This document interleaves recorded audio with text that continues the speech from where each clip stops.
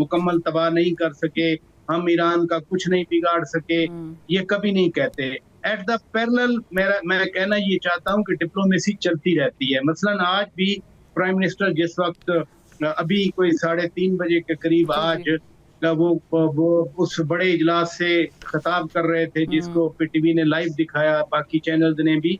तो prime minister ने ये भी कहा कि इवन जब मैं आपसे बात कर रहा हूँ हमारी डिप्लोमेटिक एफर्ट्स जारी हैं, यानी वो जेडी वैंस वाइस प्रेसिडेंट की तरफ से जो जो कोशिशें जारी हैं या उसमें पाकिस्तान को एफर्ट्स कर रहा है।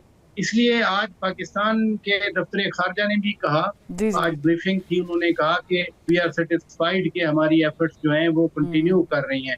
तो पैरेलल जो है वो मैं जरूर कहूंगा कि एफर्ट्स जारी हैं, हर तरफ से एफर्ट्स जारी हैं। सदर ट्रंप कह रहे हैं कि 2 से 3 हफ्ते में हम इनको तबाह करके रख देंगे। खुद कहते हैं कि हमने सारी रिजीम चेंज कर दी, खुद कहते हैं कि हमने 90% इनका इंफ्रास्ट्रक्चर तबाह कर दिया। तो वो जो एक मैक्सिम है ना कि सदर ट्रंप को सीरियस नहीं लेना चाहिए, जो कि फ्रांस के सदर मैक्रोन ने भी आज यही कुछ कहा।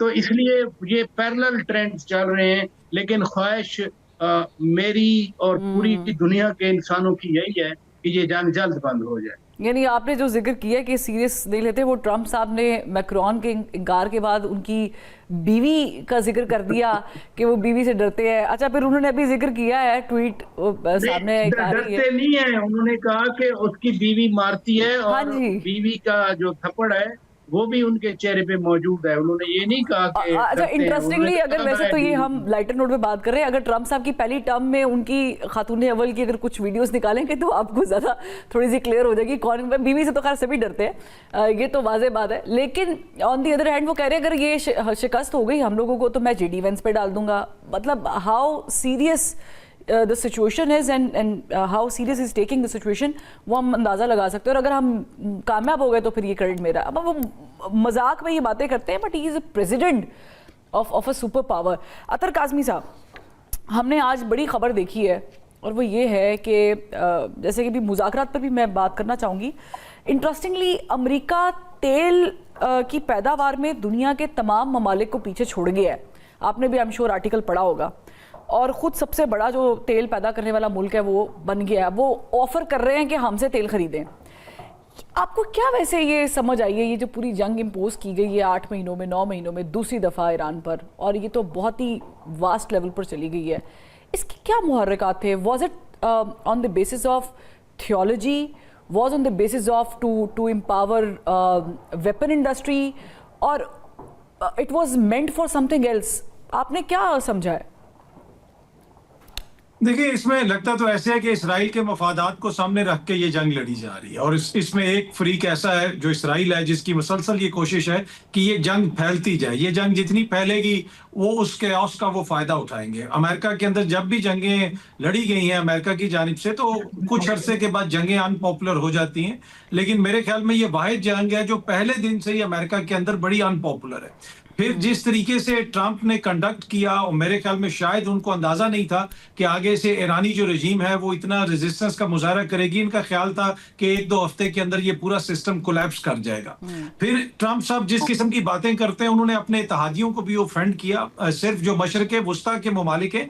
हैरान कुन तौर पे अगर आप थोड़ा सा इस पे बंदा गौर करे कि जितने मगरबी ममालिक हैं वो इस जंग की मुखालफत कर रहे हैं, वो अपनी एयर स्पेस भी नहीं दे रहे। फ्रांस ने कहा कि भाई तुम अपना जहाज भी हमारी एयर स्पेस से गुजार के उसमें असला रख के आप इसराइल नहीं पहुंचा सकते। वो अपनी एयर स्पेस भी नहीं दे रहे। लेकिन माशाल्लाह मुसलमान रियासतों के एयर स्पेस भी इस्तेमाल हो रही है, उनके अड्डे भी इस्तेमाल हो रहे हैं इस जंग के अंदर। तो ये एक बड़ा इंपॉर्टेंट फैक्टर है जो हमें अपने जहन में रखना चाहिए। दूसरी बात यह है कि ट्रंप ने जो वेनेजुएला में किया, और उधर भी उन्होंने तेल का अपना सामने रखा कि जी अब तेल को हम इस तरह कंट्रोल करेंगे। और इराक जंग जब हुई थी उसका तेल भी इन ए वे अभी भी अमेरिका कंट्रोल करता है, क्योंकि न्यूयॉर्क के फेडरल रिजर्व बैंक में अकाउंट है जहां पे डॉलर में पेमेंट्स होती है इराकी तेल की, और अमेरिकन बैंकिंग चैनल से होके वो पेमेंट्स वापस जाती हैं इराक। कल किसी टाइम भी अमेरिका कह सकता है जी वो मनी लॉन्ड्रिंग है, ये मसला है, वो मसला, और वो पेमेंट्स रोक ले। इसी तरीके से यहाँ पे भी ऑब्वियसली जिस तरह आपने तेल का जिक्र किया उससे तो कोई आप इनकार नहीं कर सकते। लेकिन जब इन्होंने उसमें यूरोप की तज़दीक करना शुरू कर दी जंग से पहले और कहा कि मैं ग्रीनलैंड को भी ले लूंगा, हाँ तो अभी आप एक तरह से यूरोप का आगे से इंतकाम भी देख रहे हैं। और यूरोप जो है वो अमेरिका के हवाले से हमेशा यूरोप और अमेरिका के ताल्लुकात बड़े अच्छे रहे और बड़ी डेलिकेट किस्म की और प्लस जो यूक्रेन ऑनगोइंग वॉर पे डोनाल्ड ट्रंप साहब ने ज़ेलेंस्की के साथ जो रवैया अख्तियार किया, वो भी शायद मेरा ख्याल से यूरोप को याद है। वो भी याद है। और जिस तरीके से उन्होंने कहा कि मैं जाके ग्रीनलैंड ले लूंगा, ये लोग लड़ नहीं सकते हैं, नेटो में सबसे बड़े हम हैं, हमारी फौज सबसे बहादुर है। बरतानवी फौज के हवाले से उन्होंने कहा, नेटो की अफवाज के हवाले से कहा जो उनके फौजी मारे गए कि जनाब ये बहादुर नहीं, और उस पर बड़ा एक रिएक्शन आया। ट्रंप ने मेरे ख्याल में मिस कैलकुलेशन की है। ये जो तासुर है यूरोपियन नेशंस के हवाले से कि वो लड़ते नहीं है, यूरोपियन नेशंस जो है ना बुनियादी तौर पे बड़ी जंगजू नेशंस हैं। आप अगर तारीख भी उठा लें, सलीबी जंगें अमेरिकन ने तो नहीं लड़ी थी, सारे यूरोपियंस आप देख लें। फिर साउथ अफ्रीका से लेके साउथ अमेरिका तक किसने जाके कॉन्कर किया, चाहे वो बोर हो जाएं साउथ अफ्रीका के अंदर, आपके पुर्तगीज हो जाएं, आपके डच हो जाएं, आपके बरतानवी यानी ब्रिटिशर्स हो जाएं, ये सारे लड़ते रहे तारीख में। और जिस तरीके से इंसल्ट की है ट्रंप ने बार बार उनकी, मेरे ख्याल में उसका रिएक्शन आ रहा है। तो इसी वजह से वो इस जंग के अंदर इनका साथ देते हुए नजर नहीं आ रहे। लेकिन अनफॉर्चुनेटली हकीकत ये है कि खित्ते के मुसलमान ममालिक जो हैं, उनमें से कुछ ममालिक तो बिल्कुल खुल के साथ दे रहे हैं और बाकी भी सारे उस तरह खुल के मुखालफत नहीं कर रहे, जिसकी वजह से जो है मुझे ये लगता है कि जंग फिलहाल जो है ट्रंप उन्हीं के जो एयर स्पेस है, उन्हीं के अड्डे हैं और वो जो सारी लोकल पॉलिटिक्स है उसका फायदा उठाते हुए उन्होंने ये जंग अभी भी जारी रखी हुई है। यानी मैं ये कहने में थोड़ी बहुत तो हक बजानिब हो गई हूँ ये बात सुनने के बाद मोहसिन बेग साहब के घर का भेदी लंका ढाए। डोनाल्ड ट्रंप साहब ने बाकायदा शुक्रिया अदा किया है, गल्फ का किया है, सऊदी अरेबिया का किया, यूएई का किया, अलॉन्ग विद इजराइल। उन्होंने कहा मैं अपने अलाइज का शुक्रिया अदा करता हूँ। अच्छा, मेरे लिए ये स्टेटमेंट बहुत बड़ी स्टेटमेंट है। आप इसे थोड़ा सा डीकोड कीजिएगा, जो अतर भी बात कर रहे हैं, जो पराचा साहब ने भी बात की, ये तो फिर वाकई वही बात हो गई कि घर का भेदी लंका ढा रहा है। बहुत शुक्रिया। बेसिकली दोनों दोस्तों ने जो गुफ्तगू की बड़ी अच्छी थी। दो तीन चीजें आप जहन में रख लीजिए। जैसे आपने कहा पहले कि बहुत नुकसान हुआ ईरान का। जो कौमें दर्द और नुकसान और जख्म बर्दाश्त करना सीख लें, फिर उनको हराना बहुत ही मुश्किल है।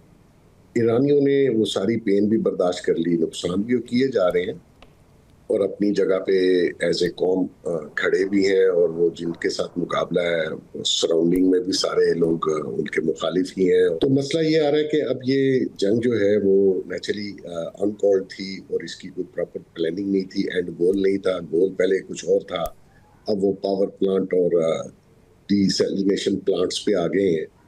जंग के भी कोई रूल्स होते हैं, वो ये नहीं है कि आप उनका इंफ्रास्ट्रक्चर और सिविलियन साइट को अटैक करें। ईरान ने अभी तक बिहेव किया, उन्होंने किसी जगह पे सिविलियन साइट को अटैक नहीं किया। वो मोस्टली जो अमेरिकन बेसिस हैं, मोस्ट की जो अमेरिकन के अड्डे हैं उसकी तरफ ही वो अपना सारा ड्रोन्स भी और मिसाइल भी भेज रहे हैं। तो थोड़े से रूल्स को फॉलो करना है। लेकिन अमेरिकन, अगर आप उनकी हिस्ट्री देख लीजिए और खास कर ये ट्रंप, ये तो वो जैसे इन्होंने भी कहा पराचा साहब ने कि इसकी तो किसी बात का एतबार ही नहीं है।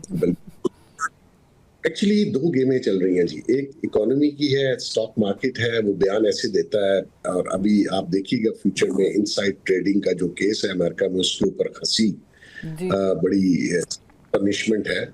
इनके जो इर्द गिर्द के लोग हैं वो स्टॉक मार्केट से बहुत पैसे कमा रहे हैं। जब ये ऐलान करता है तो पेट्रोल की कीमत गिर जाती है और फिर जंग का ऐलान प्रोलॉन्ग करने की बात करता है वो, और नेचुरली मार्केट ऊपर जाती है।